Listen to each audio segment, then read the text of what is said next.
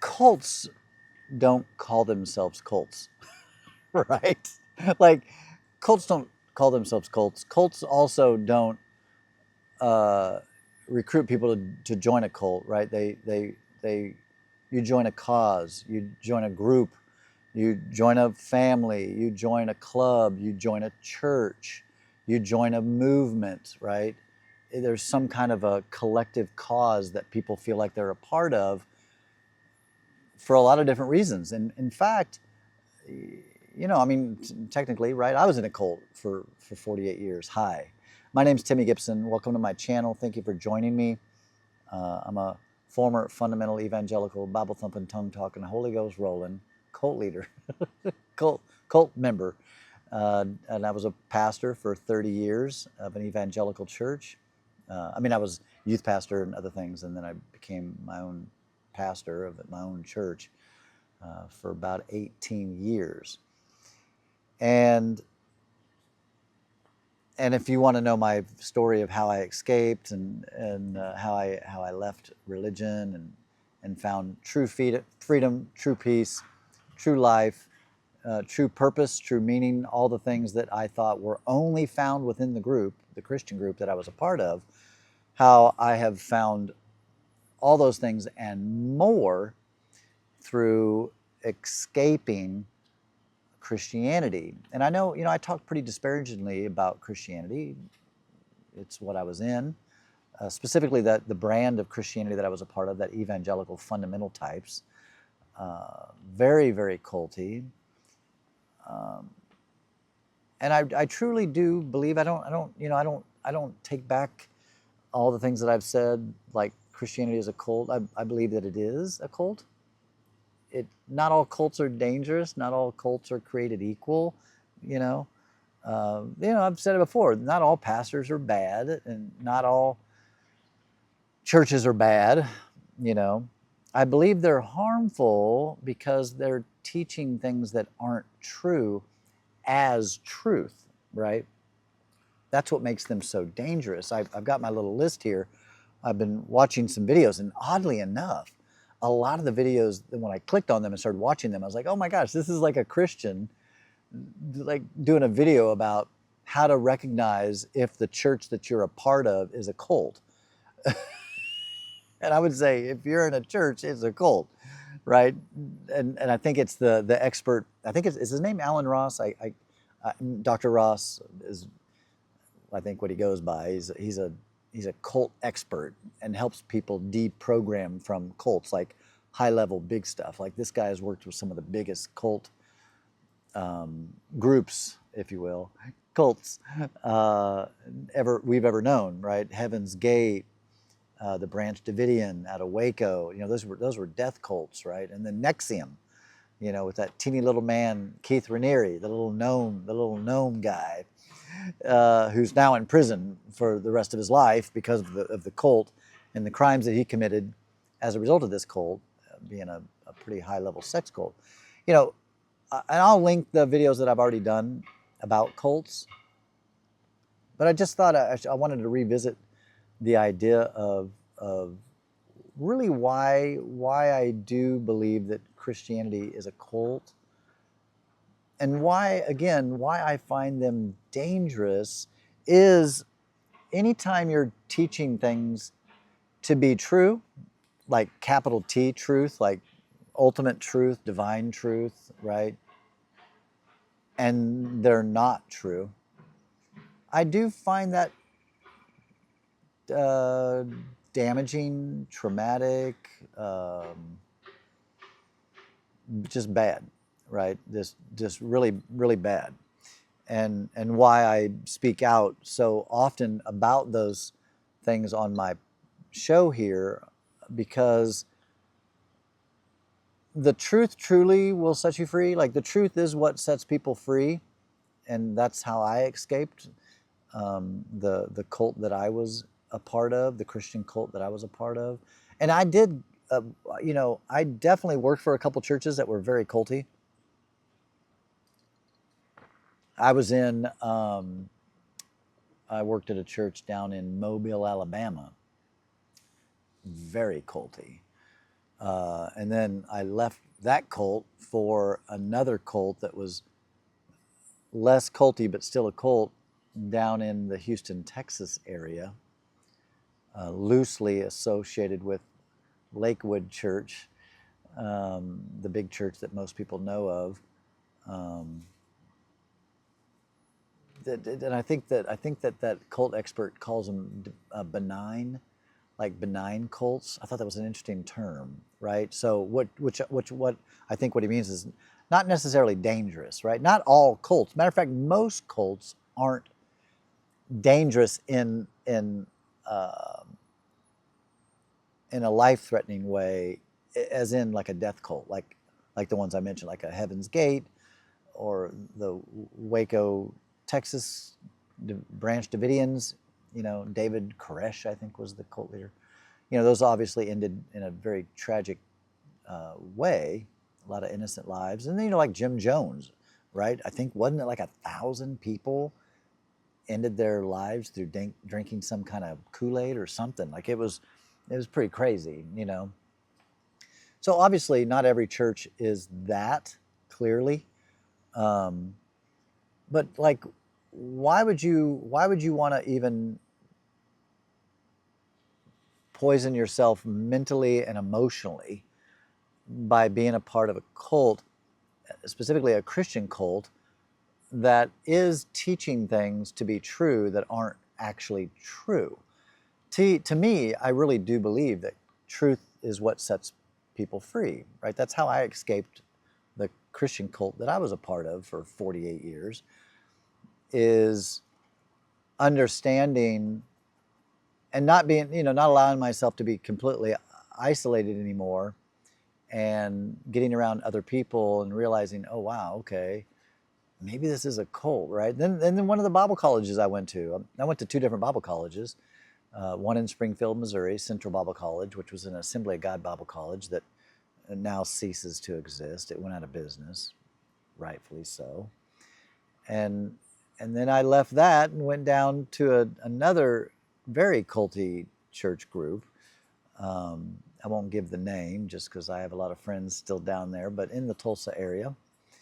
And also fairly benign, you know, fairly benign in the sense of they weren't passing around Kool-Aid for people to take themselves out of this world. I've mentioned this, and I'll link some of those videos down below that I've already done before a year ago. Because that's how I kicked off my channel. I think I talked about being in a Christian cult. And I specifically was talking about the TikTok dance cult, the Shekinah Glory, I think, is the cult, the TikTok cult. 7M.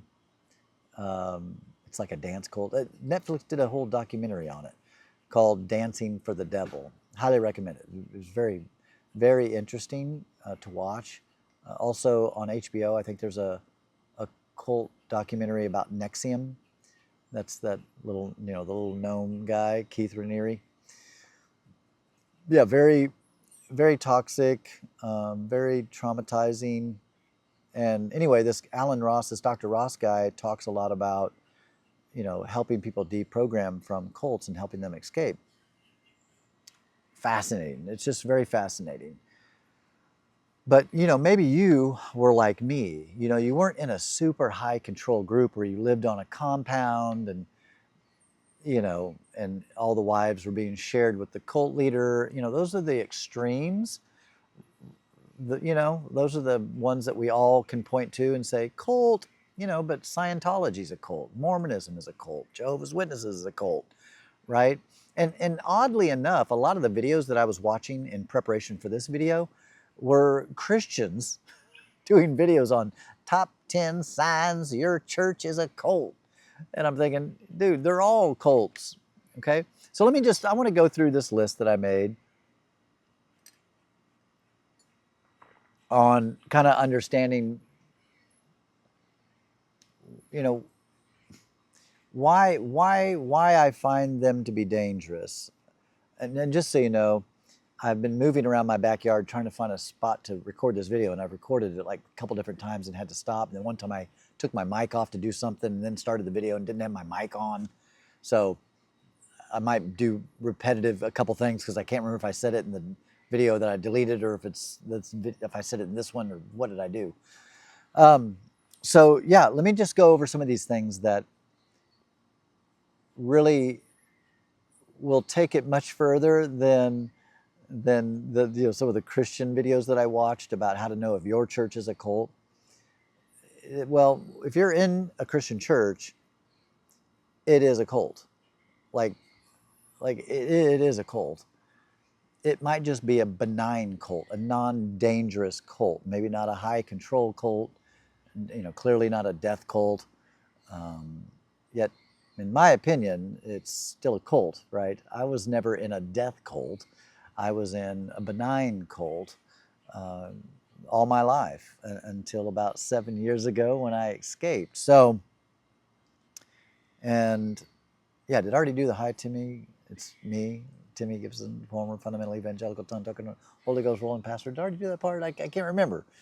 So yeah, so I spent 30 years as an evangelical preacher and worked at some very culty churches. And I feel like, it wasn't until I escaped, until I got out of it, that I realized how culty it was and what I was involved in. And that's so true of most people like myself who have gotten out of a cult. It's not until you get out that you realize, oh my gosh, like that was pretty freaking culty. Because I can see clearer now the things that I was involved in and how I was even self-monitoring myself. But let me get into some of the things here. One is this groupthink.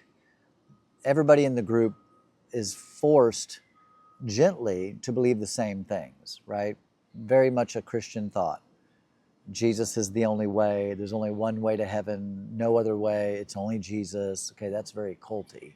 This, like, we've got all the answers. We here at this group cult have all the answers. We have the right interpretation of Scripture. We've interpreted the Bible correctly. We have all the answers, essentially. And especially in some of the churches I worked at, there's a supreme leader. There's a spider. There's a spider about ready to go right across the lens. The devil don't want me to make this video.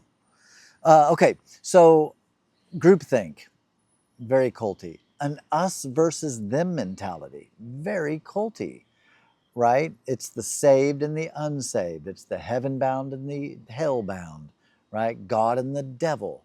We have the truth. Again, that's why Christianity, to me, though some Christian groups are benign or not dangerous, not dangerous like everybody's going to drink Kool-Aid together and take themselves out of this one life that we all get to share in, which is a beautiful life. But it is the ins and the outs, very, very culty. And again, the supreme leader, right? The pastor, God's anointed one, right? The prophet or the man of God. You can't question the man of God. I got in trouble. I worked at a church and I got in trouble for questioning the man of God, asking about accountability in certain areas. Like, hey, you're holding me accountable as a staff member at this church. Who the fuck is holding you accountable, right? Oh, God? God's holding you accountable? There is no God. God ain't holding you accountable. We all know you can do whatever the hell you want, right? God ain't holding no one accountable. There is no God to hold anybody accountable. Here's the truth. You and I, we hold ourselves accountable. I remember in the church when I grew up, we talked a lot about having an accountability group and, none of that shit works because people aren't vulnerable. They're not honest. They're not real. They're not authentic. And so clearly, just look at the news, look at the documentaries, look at all the scandals. You know, these pastors and these preachers, these evangelists, especially these TV preacher jokers, like Kenneth Copeland, that guy's a bona fide 100% a cult leader, like for sure, not like maybe. No, he's a cult leader, 100%, and in my opinion, very dangerous because teaching things to be true that aren't true, right? Like, give me my ministry, give me money, and God will bless you. That's total bullshit. It's not true. We all know that to be true, and those that are even in the cult, they want to believe that it is true, right? That if they give of their tithe, their 10%, or they give of their first fruits to God, that God will bless them and protect them. They're not being blessed. They're not being protected. You know what I mean? Like, that's just not happening. The people that are getting rich are the ones at the top. You know, it's just like pyramid schemes. You know, who's making all the money? It's the people at the top. They're making all the money, right? It's the pastors that are making the money. It's the TV guy. It's the guy on TV that has the private jets, that has the multiple homes, the mansions, the driving Rolls Royces, wearing Rolexes, and you know, that's who's getting enriched. The people are all making that possible for this cult leader to be rich through, you know, he's manipulating people, and it's just a con. It's a con, 100% a con.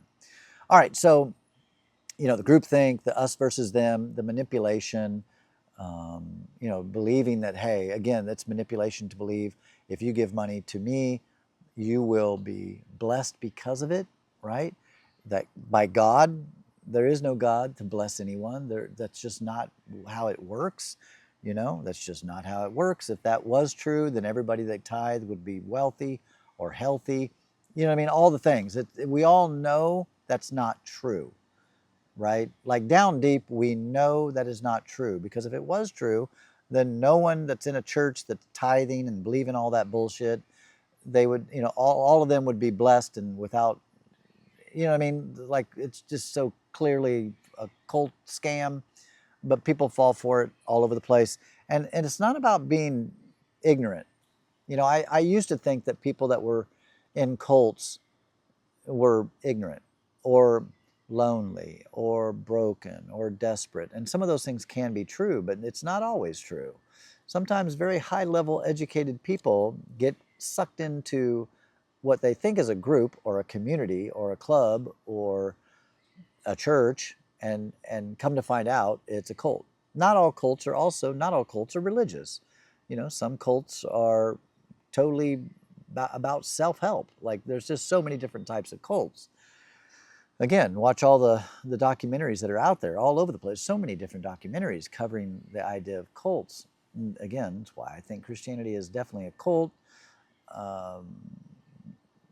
Benign, some benign. I would consider most of the cults I was a part of were fairly benign, not going to end in total tragedy, but still bad. Manipulation is high in church. It's, you know, if you leave our church, you won't be protected. If you leave the church, you're going to get out from underneath God's protection. You know, you stay here at our church and stay connected to me, the man of God, and God will watch over you and protect you. You know, it's all bullshit. It's not true. It's absolutely not true. Okay, I was in those things. I'm now out of those things. I'm more #blessed than I ever was when I was a part of those mind virus groups. Okay, shunned if you leave. If you know, you often will lose your community if you leave the community, the cult. That's a cult thing. Leave this group and you won't be protected. That's a cult. And churches play that card all the time. They always talk about remaining under God's covering, God's anointed. It's bullshit. There's no such thing as that. It's not true. It's just not true. High control. You know, not all churches are high control, but they're pretty high control. I mean, you get into the super high control ones, and they want to dictate who you marry. They want to dictate your financial decisions. They want to dictate all the stuff.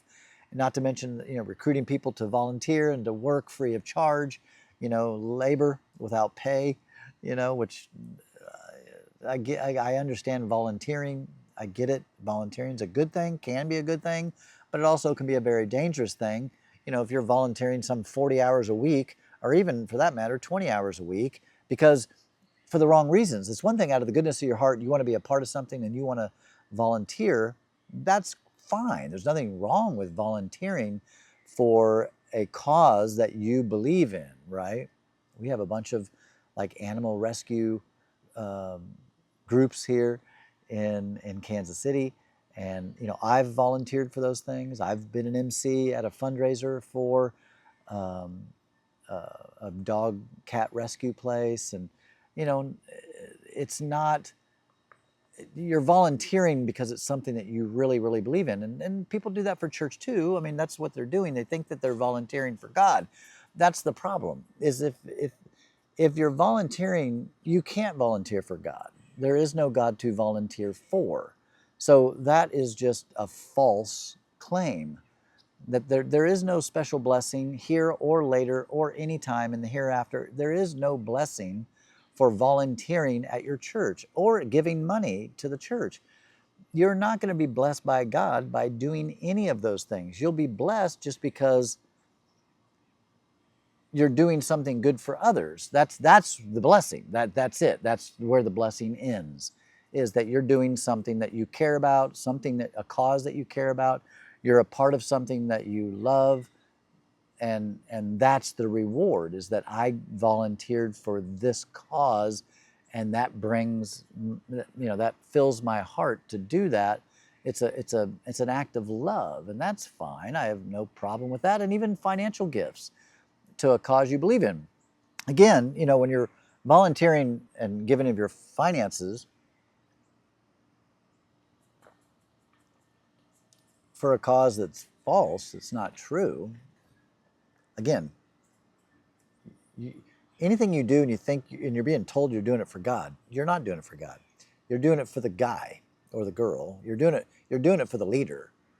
Like at the end of the day, when you give money to a preacher, especially those scammy TV preacher people, you're enriching them. You're not enriching yourself. You're clearly not enriching God, right? God needs our money? What the fuck are you talking about? God doesn't need our money, right? There is no God to need money anyway. But I'm just saying, right? Like there is no God. If there is a God, there isn't. But if there is, you can't give God money. If there really was a God, he don't need no money. Clearly, right? The preacher does, because he needs another jet. He needs another Rolex. He needs another Rolls Royce. Right? Okay. You can't ask questions. Again, I think I just mentioned it. I got in trouble asking too many questions about where was the accountability, asking questions about financial responsibility, asking different things about the cult Christian church I was a part of, and man, I got in trouble. Like, I got in trouble for asking too many questions, right? They just want you to fall in line, hut 2, 3, 4. They don't want you asking questions, right? And that's a popular thing within the church. They don't want you bringing doubts and questions. Right? You just got to believe by faith. That's the ticket, is the faith, right? Believe without seeing. Don't look behind the closed doors. You don't need to know what's going on back there. You just need to be obedient to God, right? It's not true. You're being obedient to the fucking lying ass motherfucker who's saying it, right? Again, no accountability. The accountability, they want you to be accountable to them, but then who are they accountable to? Nobody, right? But they say, I'm accountable to God. No, you're not. There is no God to be accountable. Clearly, right? Again, watch the documentaries, just look at the news. Ain't no pastor accountable to nobody. Unless it's a good church. There are churches that have a structure of accountability and, openness and all the stuff, financial responsibility. Some churches are like that, and kudos to them, good for them. It's still a cult, but maybe just not so dangerous. All right. Also, the isolation, again, having been a part of a cult for so many years, a Christian cult, Very isolating. You know, one of the Bible colleges I went to, they said it from the pulpit. Don't read any books outside of books written that we've pre-approved. Like, do you catch that? Like, don't read anything other than what we say you can read. Cult. That's a cult. That's a cult. I remember one time I said, "Hey, I got this book," and they, "Oh, I wouldn't read that book." That blah, blah, blah, blah, blah, blah. Cult. That's cult. That's very cult. That's cult. Cult. Cult. Cult. Cult. Cult. All right. Oh, the leaders are worshipped. You know, and that was something that I noticed. And I'll be honest, man, it fed my ego when I was a pastor. You know, people really revered me and respected me and showed me honor. And, you know, when I would come into the church and come onto the pulpit, people would stand and, you know, sometimes they'd clap. And, you know, as much as my flesh really liked that, there was also a part of me that was like, that's a little creepy, isn't it? Like this, I'm just a dude. You know, I'm just a dude. At the time, this is when I was a Christian. I was like, man, I'm just a dude that's teaching the Bible. Like I'm not a god. I'm not someone you should be worshiping. I'm just a dude.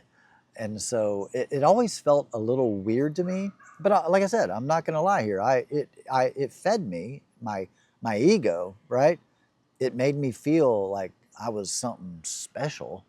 And you know, now since leaving that, you know, it just cringes me. It makes me cringe, you know. And I was on the receiving end of that. It just cringed me, you know. Now it does. Another thing that they use, of course, it's inside language. A lot of inside language when it comes to cults. A lot of lingo, things that don't make sense to anybody outside the cult. It's that inside culty lingo, you know.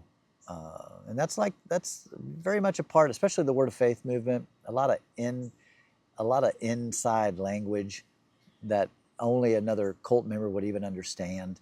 You know, very dangerous, very culty. The other thing that I heard that I thought was very fascinating, specifically religious cults. Now, not all cults are religious, obviously, but that the end is near. That is culty. The end is near. And this is used as a leveraging technique to keep people thinking that if you want to be okay in the end, like for the rapture, right, which is a myth, it's not true. There is never going to be a rapture. It's not real. So it's just fake. It's fiction. It's not real.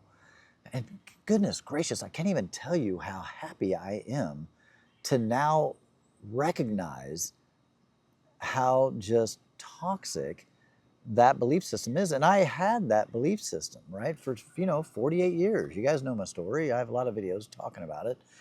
But the end was always near. And I needed, and it's used as a leverage to keep people huddled together. Like we have the truth, we have the secret teachings, we have the correct interpretation, we understand the Bible, I hear from God, I'm the voice of God, I'm a prophet, right? I have the truth. God speaks through me. My mouth is a vessel for God. All bullshit. It's all bullshit. It is not true. It's just not true. It's just not true. And I more than anything, I really, really, really definitely don't want to see anybody in a cult, obviously a high controlled, dangerous cult, obviously, but even a loosely benign kind of cult. I don't want anyone believing things to be true that aren't true. Really. I think ever since I got set free from my cult,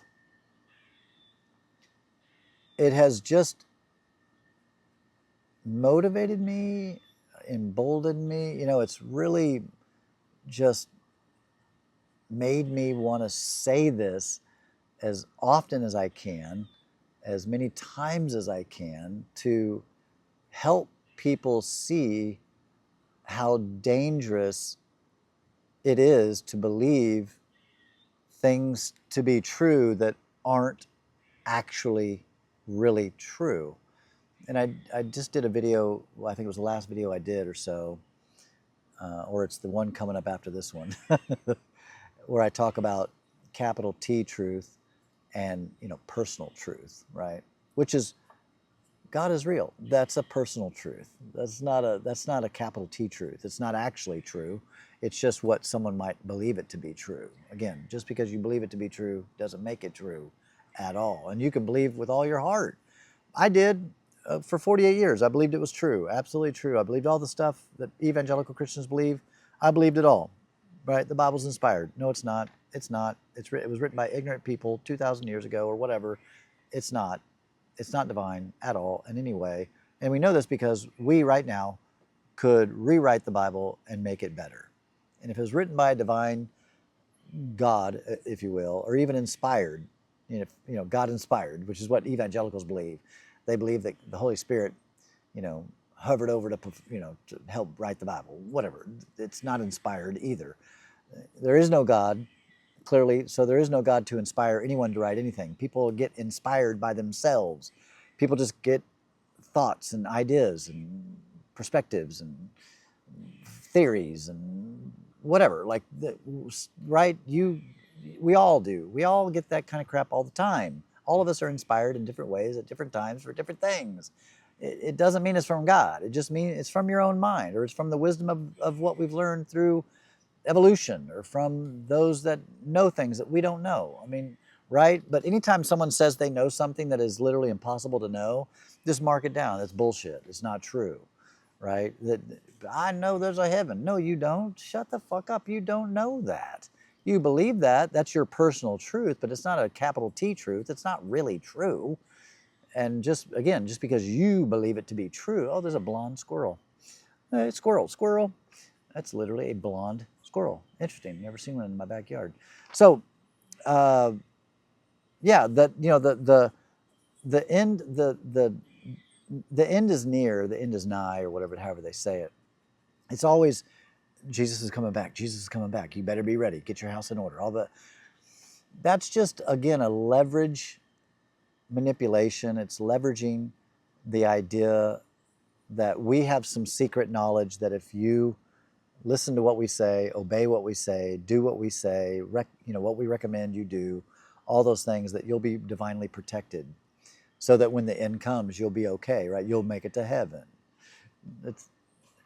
None of it is true. It is not true. I'm telling you, it's just not true. Okay. I think that's it. What else do I have in there? One last thing. Absolute. The absolute leader, right? The person at the top. This is something that, again, very common in churches. The pastor is the voice of God to the congregation. And really, and I talk about this a lot. Who was Jesus? I don't know. For 48 years, I thought Jesus was the Son of God and all that stuff. I just heard a video today from some pastor guy doing a video about how to know if you're in a cult church.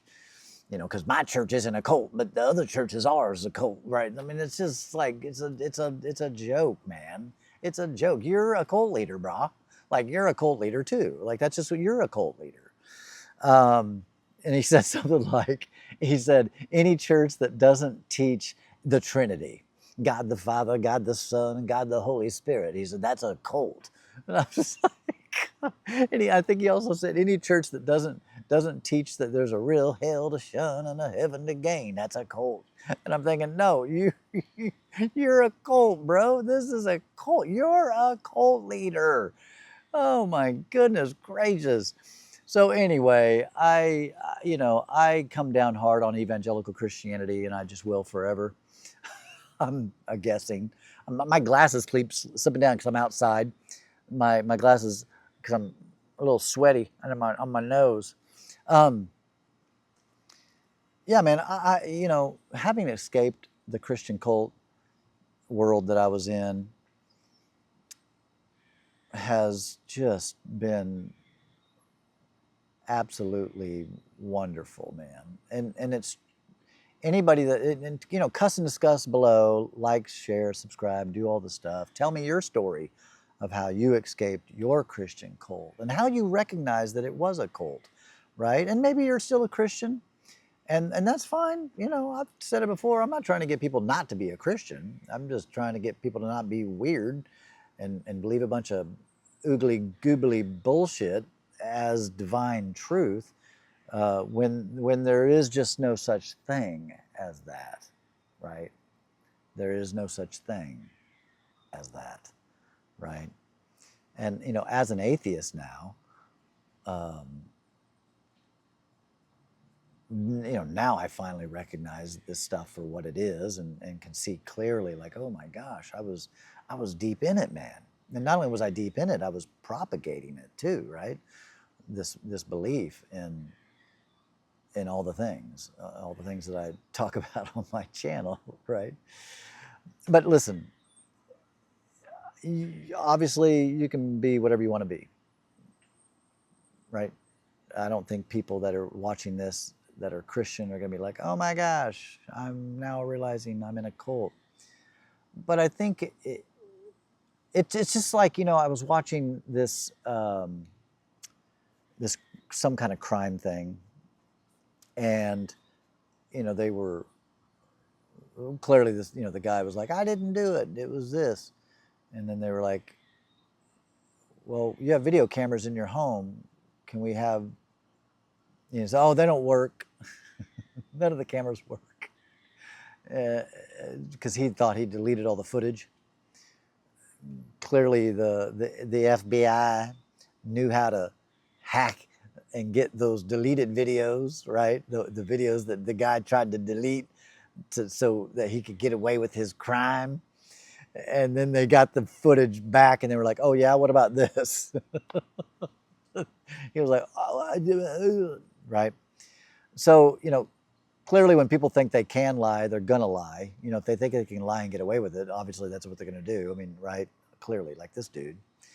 But I thought it was so funny because this guy was just a total piece of shit, and he ended up, you know, murdering his wife. And when they were questioning him, of course he didn't do it, right? Clearly. But then when they showed the video that, no, the videos you deleted that actually we've now recovered that actually show you killing your wife, you know, you know, what do you say? What do you say about that, right? But what led up to that was just so disgusting because he talked about how, oh, my wife and I, how we had a good marriage, you know, we had a loving relationship. No, that's not what the videos showed. The videos showed that you were a piece of shit, abusive husband, and deserved to be in prison for the rest of your frickin' life. It's like that, you know. I find it so despicable, to treat people poorly. You know, I'm an atheist. I have friends that are Christian. I still treat them nice. I treat everybody nice. I don't have a reason to treat people nice unless they, you know, they try to hurt me. Then there's going to be trouble for sure. But I just find, you know, manipulation and being a total douche. I find that just despicable, just absolutely despicable. And listen, I've worked, because I give you guys a little peek behind the curtain, right? I was a pastor, and luckily I was much like I am now. I was a good dude. I never wanted to bring harm to anybody, not knowingly, right? I was using manipulation, but I didn't know that's what I was doing. So, you know, I know a lot of pastors are like I was. They're not trying to mislead people. They're not trying to hurt people. They think what they are saying is the truth. It's not, but they sincerely believe it, right? So, you know, as much as I talk so harshly towards Christians and all those things, it's really not the people as much as it is the belief system. You know, if you're living your life in such a way because you want to be pleasing to the Lord, well, there is no such thing. You have to be pleasing to yourself and pleasing to those around you, right? I don't, because now I'm an atheist, right? So, like, I don't give a fuck about what people think, God, the heaven and hell, don't do that, you can go to hell, don't sin. And None of that stuff's true. None of that stuff motivates me. The reason I'm nice is because I want to be good to people, because typically if you're good to people, they'll be good to you, and good things happen to those that do good. I mean, that's just not always does it work that way, but that's typically how it works. So, you know, we're accountable to ourselves. We're accountable to our neighbors, if you will. We're accountable to our other humans here on earth, which every human is a human. You know what I'm saying? Like I would not want to bring any harm on any other human in any way, not with my words. Now I realize some people get hurt by what I say because they feel offended at what I'm saying about their God. Okay, your God doesn't exist, so get over that, and don't take offense. Let your make believe God be offended. Don't you get offended. That's just, come on, grow up. Okay, grow up. People can have different beliefs, different thoughts, different ideas, different perspectives, different opinions, and it's okay. Not everyone needs to see the world just like you do. And I definitely don't believe everybody needs to see the world like I do. I say it almost every video. I'm married to a very spiritual woman. We share in our disdain for evangelical Christianity, right? She actually was an evangelical Christian for a short time and saw that it was pretty toxic, but she's a very spiritual woman. Her and I find a ton of common ground just on being good people, not on do that, it's sin, do that, and it's righteous, and do that and gets you to heaven, do that and you'll get a big mansion in heaven, and do that and God will bless you. No, we believe in being good because good is the better way to be, to have a society and a civilization that prospers and does well, right? You know, you're kind, not because there's some fucking imaginary sky daddy watching over us. You're good because you care about your fellow species, you know, the other Homo sapiens.